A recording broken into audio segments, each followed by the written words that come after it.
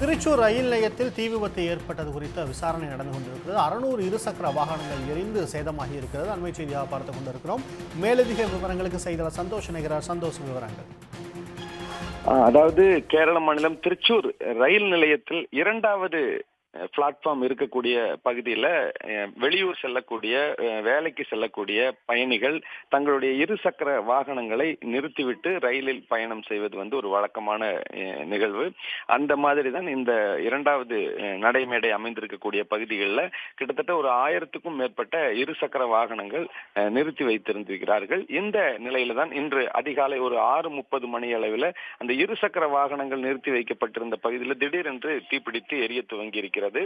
இந்த இருசக்கர வாகனங்கள் முழுமையாக பெட்ரோல் பயன்படுத்தி இயக்கப்படுவதால் அந்த வாகனங்கள் தீப்பிடித்தவுடன் மிக பெரிய அளவிலான ஒரு தீ ஏற்பட்டிருக்கிறது. அதே போல கரும் புகையும் அந்த பகுதி முழுவதும் பரவி இருக்கிறது.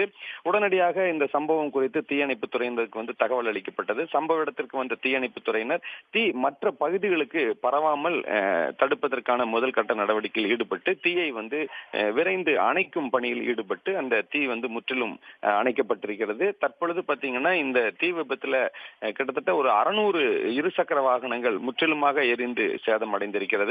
அதே போல இந்த சோதனை ஓட்டத்திற்காக பயன்படுத்தக்கூடிய ஒரு ரயில் என்ஜினும் அந்த பகுதியில் நிறுத்தி வைக்கப்பட்டிருந்தது. அந்த என்ஜினும் தற்பொழுது தீப்பிடித்து எரிந்து நாசமாகி இருக்கிறது என்ற தகவல் வெளியாகி இருக்கிறது.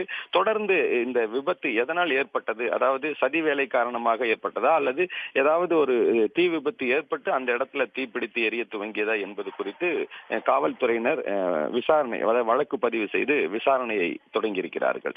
எது இருந்தாலும் இந்த தீ விபத்து அந்த பகுதியில் ஒரு பெரும் பரபரப்பை ஏற்படுத்தியது என்று தான் சொல்லணும்.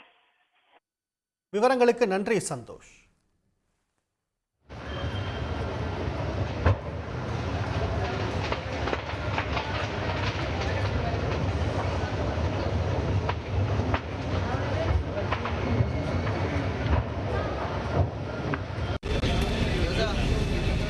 உடனுக்குடன் செய்திகளை தெரிந்து கொள்ள சன் நியூஸ் பெல் ஐகானை கிளிக் பண்ணுங்க.